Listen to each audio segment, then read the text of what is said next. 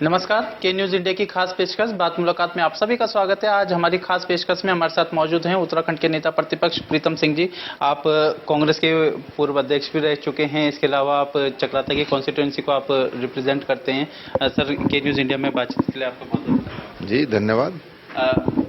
ये जो मानसून का सत्र चल रहा है सर, कामकाज के लिहाज से आप और विपक्ष की इसमें भूमिका कैसी रही, क्या क्या मुद्दे आपने उठाए? देखिए, जो मानसून सत्र चल रहा है, इस सत्र में कांग्रेस ने प्रयास किया, कोशिश की कि उत्तराखंड की जो ज्वलंत समस्याएं हैं, जो आम जन से जुड़े हुए मुद्दे हैं, उसको हम सदन में उठाने का काम करें। आज हालत आपके सामने है, स्थितियां आपके सामने है कि आज किसान सड़क पर है, नौजवान सड़क पर है, महंगाई अपने चरम पर है, अर्थव्यवस्था पूरी तरीके से ध्वस्त है, विकास के कार्य अवरुद्ध हैं, कोरोना की महामारी से लड़ने में सरकार पूरी तरीके से अक्षम साबित हुई है, भू कानून को लेकर के लोग संघर्ष कर रहे हैं, तीर्थ पुरुष जो है सड़कों पर संघर्ष करने का काम कर रहे हैं।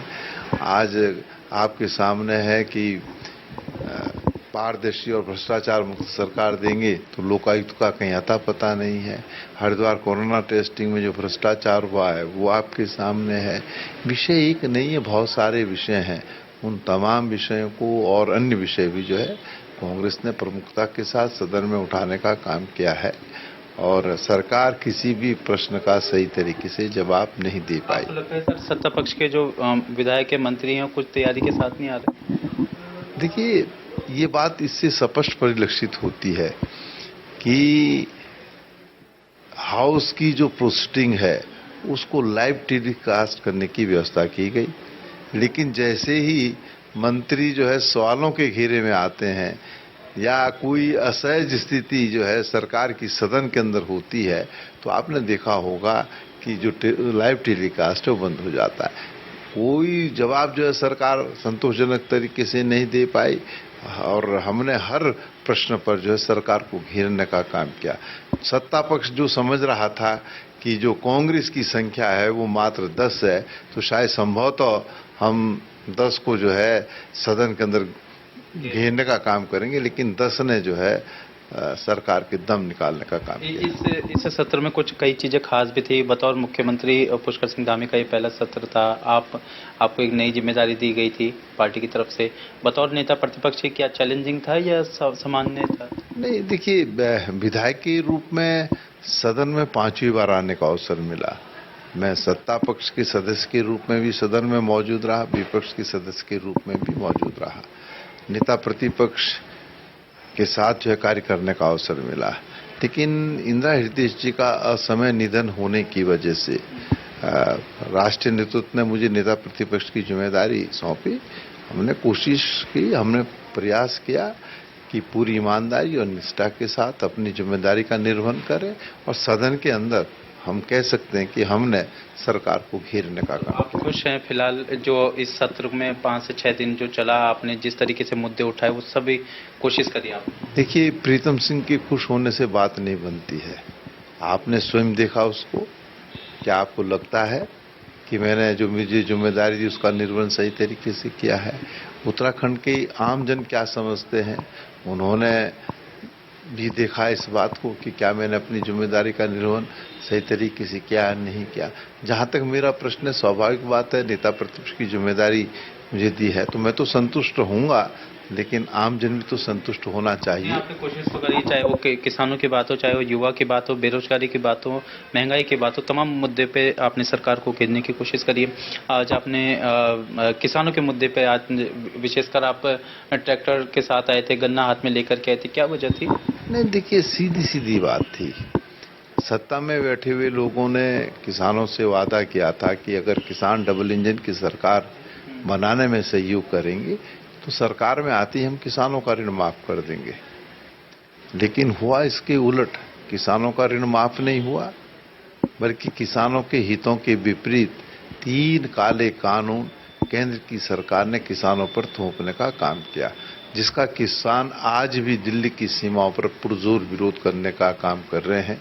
लगभग 600 किसानों की शहादत हुई है।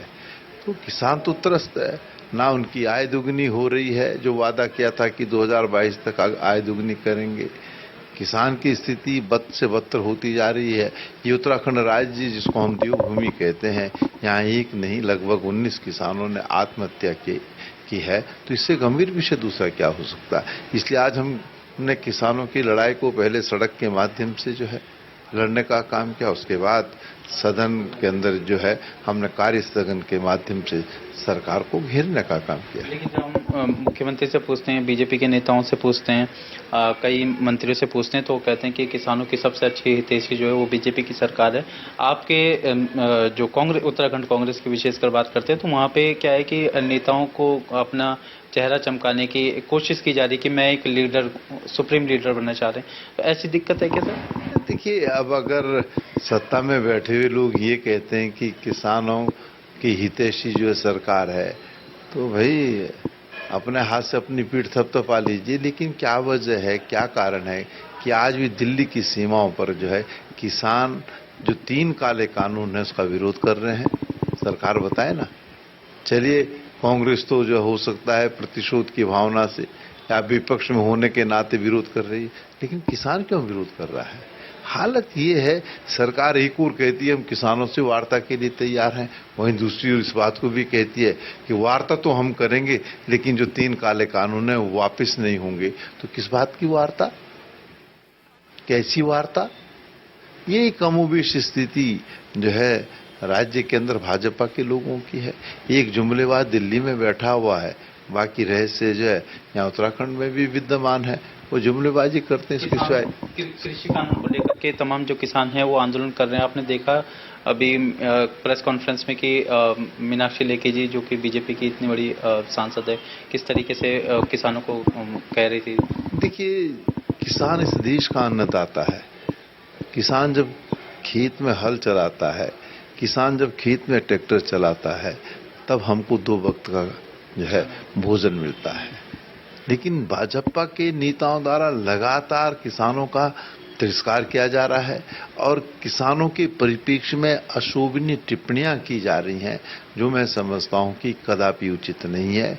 देश के अन्नदाता का इस तरीके से अगर तिरस्कार किया जाएगा तो निश्चित रूप से अन्नदाता तो खिन्न होगा ही, लेकिन देश का आमजन भी जो है खिन्न होगा और वो सरकार से पूछेगा इस बात को कि भाई आप अन्नदाता के साथ ऐसा व्यवहार क्यों कर रहे हैं। सरकार को चाहिए कि किसानों को बुलाए और किसान अगर जो है 3 काले कानूनों में परिवर्तन चाहता है, उस परिवर्तन करने का काम करे।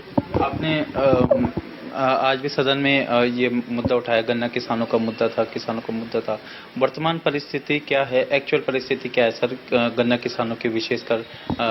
क्या जो सरकार कह रही है कि हमने बकाया भुगतान सब कर रखा है, एडवांस में कर रखा है, सब चीज़ें, धान की खरीद की प्रक्रिया हम सरल कर रहे हैं, क्या इस तरीके की परिस्थिति? देखिए, जो हालत स्थिति बड़ी स्पष्ट है। गन्ना किसानों का जो है उनका भुगतान नहीं हो पाया है, किसान जो है त्रस्त है और आप अंदाजा लगा सकते हैं कि जिस दिन से ये सरकार बनी है, इस सरकार ने आज तिथि तक 1 रुपया भी गन्ने के मूल्य में वृद्धि नहीं की है।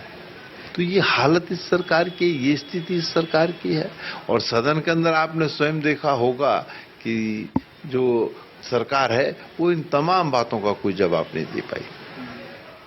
आप जिस तरीके से सर अध्यक्ष के रूप में भी आपने इतना काफ़ी समय तक आप रहे और कोशिश करी कि पार्टी को, संगठन को मजबूत रख सके, आप उस दौर को भली भांति उसको याद करते हैं या बतौर एक नई जिम्मेदारी को ज़्यादा बेहतर पाते हैं?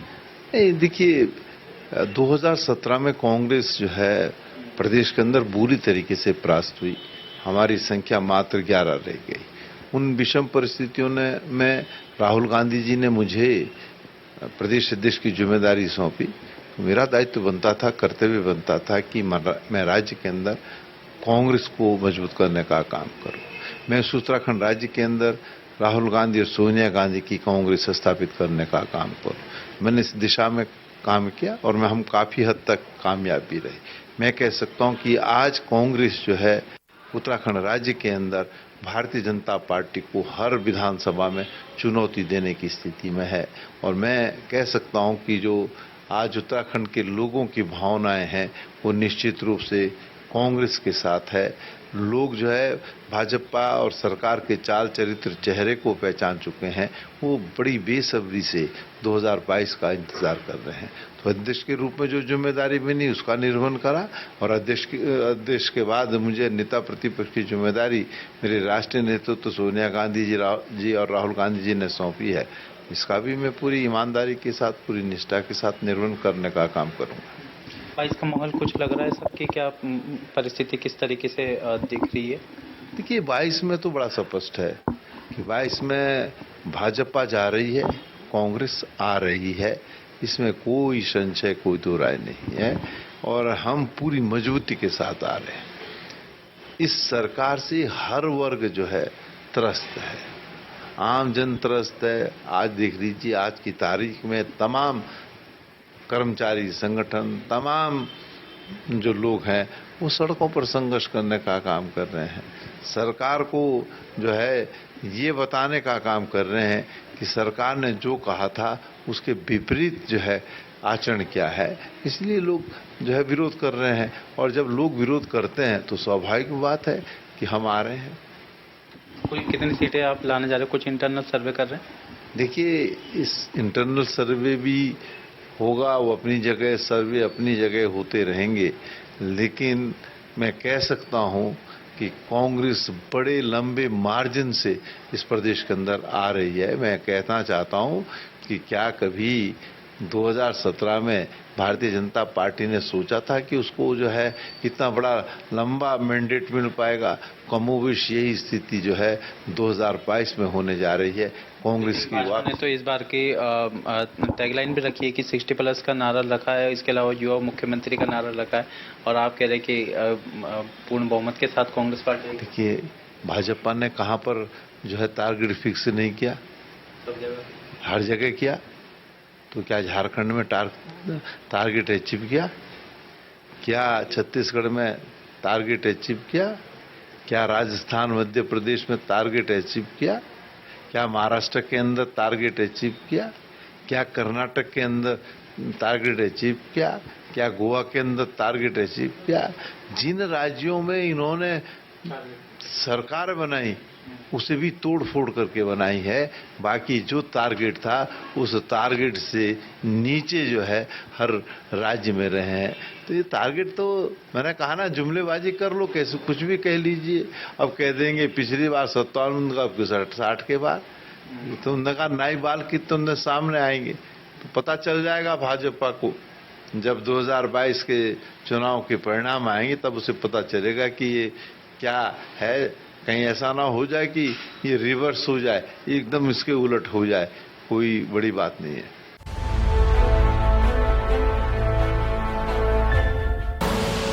आप देख रहे हैं के न्यूज, खबरों का सारथी। नमस्कार, सीएम हेल्पलाइन सेवा में आपका स्वागत है। मैं आपकी क्या सहायता कर सकती हूँ?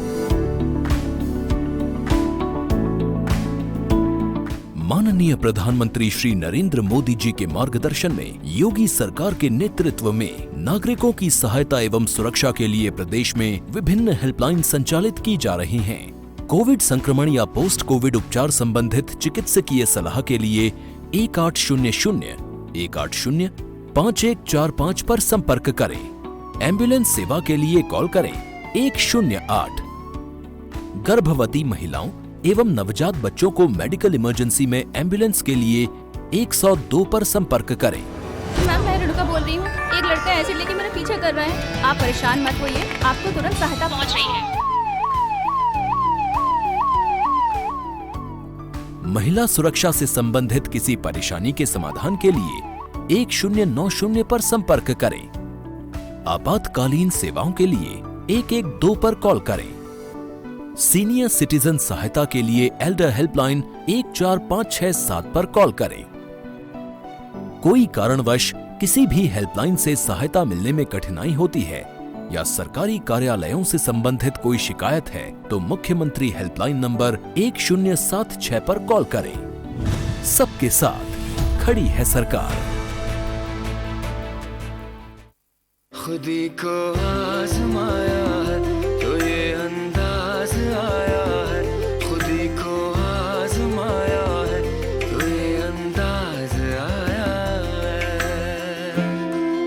तुम में भी मैं हूं। शुद्ध प्लस पान मसाला।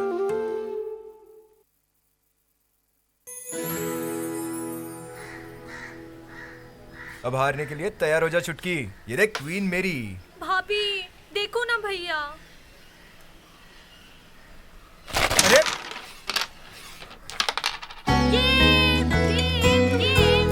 भाभी। पिटारा खजाना खास पलों का। आप देख रहे हैं के न्यूज, खबरों का सारथी।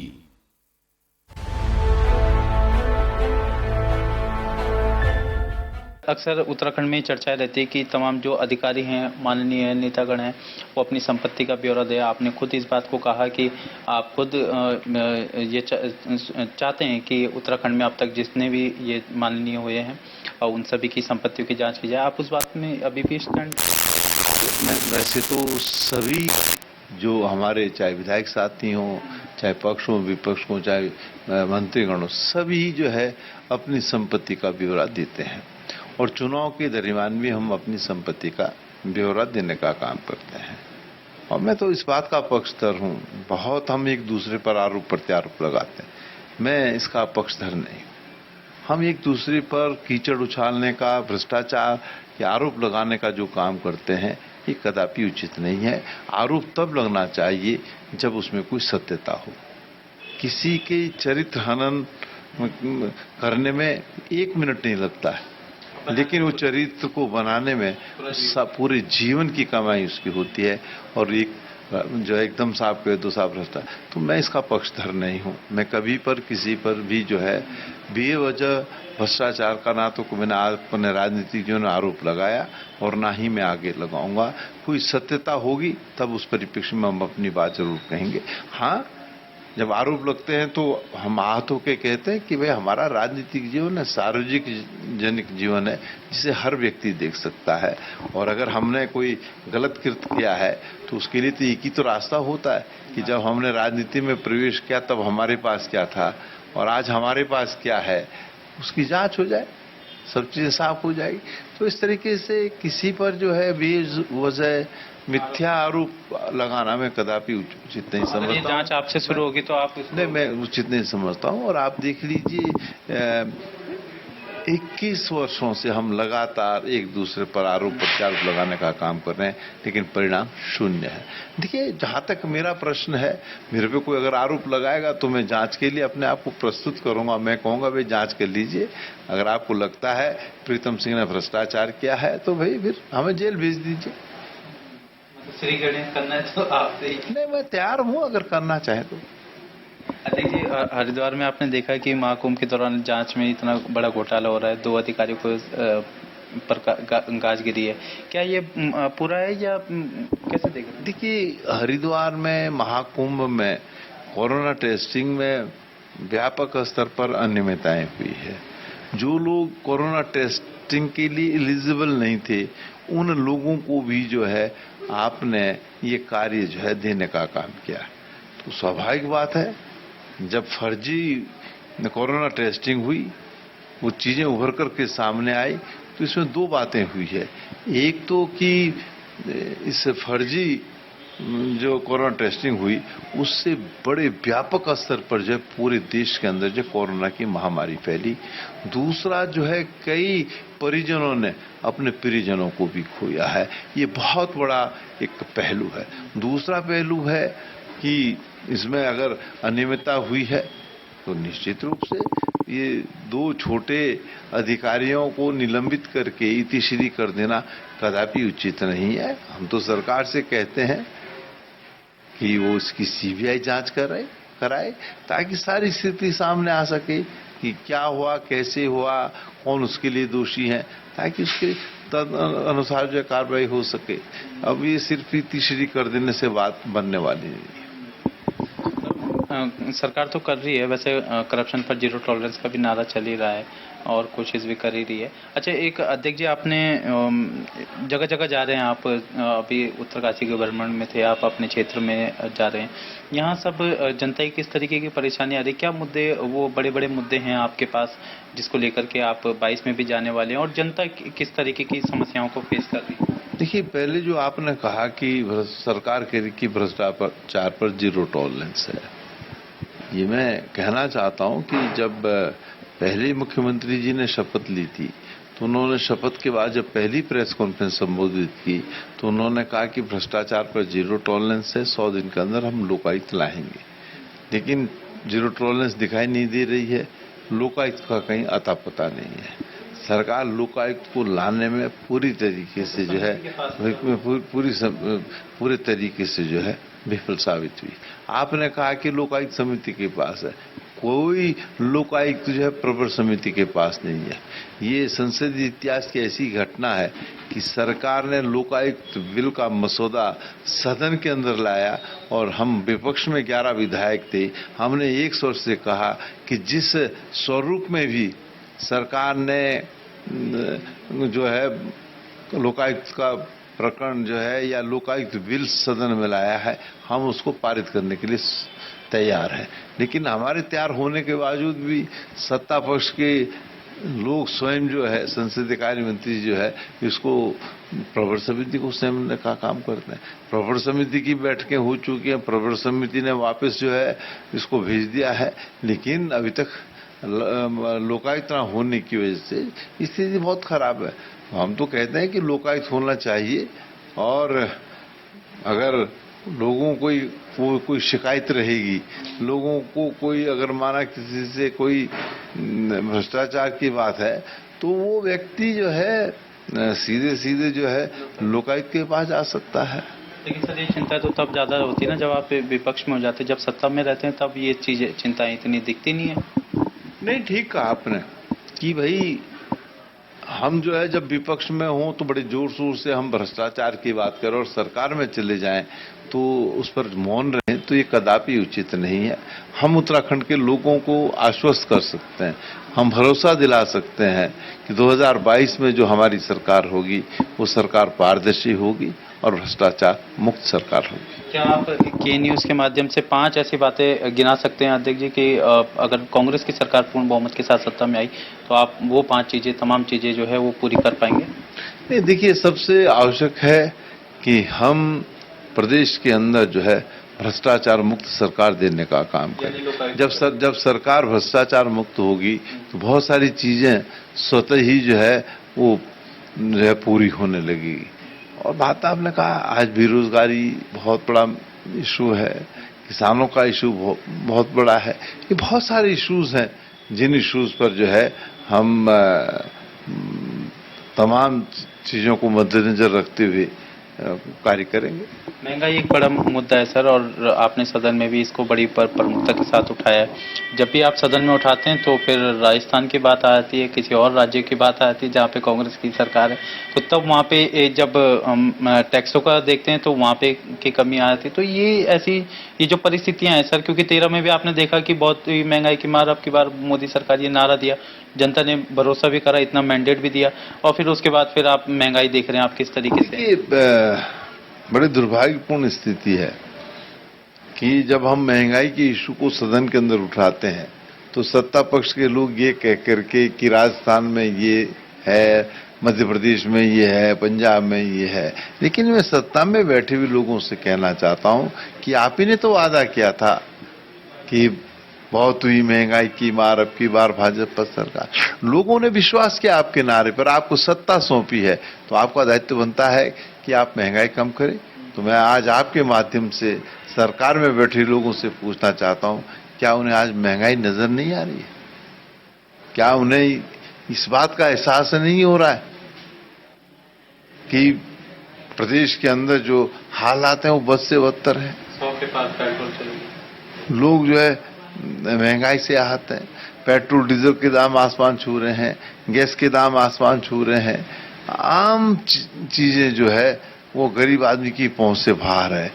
एक और गरीब व्यक्ति कोरोना की महामारी से जंग लड़ रहा है, वहीं दूसरी ओर जो है वो क्या नाम महंगाई से जंग लड़ने का काम कर रहा है। बीजेपी वाले फिर आपके राज्य की भी तो बात बताए थे ना, वो कहते कि आपने अपने राज्य में कितनी महंगाई कम कर दी। अरे देखिए, वादा किसके परिप्रेक्ष्य में किया था बीजेपी ने? उत्तराखंड के परिप्रेक्ष्य में किया था ना। तो बताएं बीजेपी के लोग, क्या उत्तराखंड में महंगाई नहीं है? उन्हें महंगाई नहीं लग रही। राज्यों की नहीं देखना चाहिए? आप दूसरे राज्यों को देखोगे या अपने राज्य को देखोगे?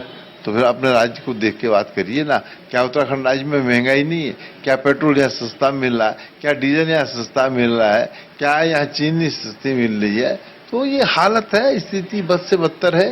सरकार महंगाई को नियंत्रण करने में पूरी तरीके से विफल साबित हुई है। आप चुनाव के मोड में जाने वाले हैं सर, क्या सामूहिक नेतृत्व में जाने वाले हैं या चुनाव संचालक समिति के जो अध्यक्ष बनाए गए हैं हरीश रावत जी, उनके नेतृत्व में जाने? नहीं, देखिए, राष्ट्रीय नेतृत्व ने बड़ा स्पष्ट कहा है कि कांग्रेस उत्तराखंड राज्य के अंदर सामूहिक नेतृत्व में चुनाव लड़ेगी, और मैं समझता हूं कि राष्ट्रीय नेतृत्व का फैसला अंतिम फैसला है। हम संयुक्त नेतृत्व में चुनाव लड़ने का काम करेंगे। लेकिन चुनाव से पहले तो हरीश रावत जी घोषणा कर रहे हैं कि 200 रुपये सब्सिडी दी जाएगी प्रत्येक परिवार को, बिजली की यूनिटें 200 यूनिटें दी जाएगी, पानी में भी इस तरीके का 25 लीटर कुछ इस तरीके से छूटें दी जाएगी। तो क्या इन घोषणाओं को हम कांग्रेस पार्टी की माने या अभी हरीश रावत जी की माने? देखिए, हर आदमी का अपना अपना मंतव्य हो सकता है, लेकिन मैं कहना चाहता हूं कि कांग्रेस अपना एक चुनावी घोषणा पत्र बनाएगी। उस चुनावी घोषणा पत्र में जो वादे हम उत्तराखंड के लोगों से करेंगे उनको हम पूरा करने का काम करेंगे। लेकिन एक बात जरूर कहना चाहता हूं कि हम उत्तराखंड के लोगों की भावनाओं से खेलने का काम नहीं करेंगे। हम उत्तराखंड राज्य की सत्ता प्राप्ति के लिए उत्तराखंड के लोगों से जो है झूठा वादा नहीं कर सकते हैं। हम जो बात कहेंगे उसको पूरा करने का काम करेंगे। तो अभी जो सब्सिडी की बात है या ये जो घोषणा है, ये इसको घोषणा माने या जब तक मैनिफेस्टो नहीं आता तो उसका इंतजार करें? नहीं, देखिए, जब तक मैनिफेस्टो नहीं आएगा तब तक कैसे कोई बात मान ली जाएगी? भाई, मैनिफेस्टो आएगा तो उसके बाद जो है जो उसमें वादा होगा उसको हम पूरा करने का काम करेंगे। और अगर हमारी वित्तीय स्थिति बहुत अच्छी होगी तो फिर हम 200 हम और ज्यादा सब्सिडी देंगे। ये तो वित्तीय हालत हमारे क्या उस पर निर्भर करता है। आम आदमी पार्टी ने जो घोषणा करी है 300 यूनिट की और इसके अलावा भी तमाम घोषणाएं कर रहे हैं, उससे कोई टेंशन है आपको? मुझे कोई टेंशन नहीं है। जिस राजनीतिक दल का उत्तराखंड राज्य के अंदर कोई आधार नहीं है, जिस राजनीतिक दल के पास, आप तो देहरादून में रहते हैं, बताएं कौन 11 आदमी उनके 10 आदमी उनके बाद जो देहरादून के अंदर चुनाव लड़ने का काम करेंगे? बताओ ना आप मुझे। नहीं तो वो कह रहे कि ऐसी आपने दिल्ली में भी कहा था, दिल्ली में क्या हुआ? दिल्ली की स्थिति में और उत्तराखंड की स्थिति में बहुत फर्क है। आप मुझे ये बताओ ना, देहरादून में कौन से 10 नाम है जिसके आधार पर ये कह सकते हैं कि हम जीत करके जो सरकार बनाएंगे? कर्नल कोठियाल तो यहाँ लड़ी ना, कल्याण कोठियाल तो गंगोत्री में लड़ेंगे लेकिन वहां से भी हारेंगे। तो आप आम आदमी पार्टी की एक भी सीट नहीं आने के बाद? कोई नहीं, आम आदमी पार्टी का कोई वजूद जो है राज्य के अंदर नहीं है। हमारे साथ नेता प्रतिपक्ष प्रीतम सिंह जी, जिन्होंने विभिन्न मुद्दों को लेकर के हमसे बातचीत करी है, कई सारे सवालों के जवाब देने की कोशिश करी है। देखना होगा कि आने वाले समय में किस तरीके से कांग्रेस पार्टी जिस तरीके से दावा करी कि 2022 के विधानसभा चुनाव में पूर्ण बहुमत के साथ कांग्रेस की सरकार आएगी, वो दावे और वादे सच साबित होते हैं या नहीं। अपने सहयोगी लईक अहमद के साथ मैं अंकित काला, के न्यूज इंडिया, देहरादून।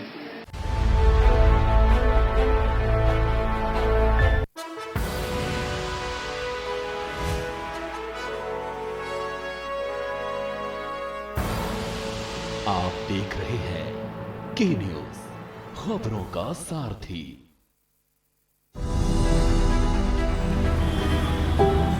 75 साल होने वाले हैं हमें आजादी मिले हुए, पर कुछ चीजें ऐसी हैं जिनसे हम आज तक आजाद नहीं हुए। जैसे सरकारी दफ्तरों की मनमानी से। इन दफ्तरों में खूब धक्के खाए, चक्कर काटे, सिफारिशें लगवाए, कल आना परसों आना, चलता ही रहा। पर अब इनसे आजादी मिलेगी। अब ये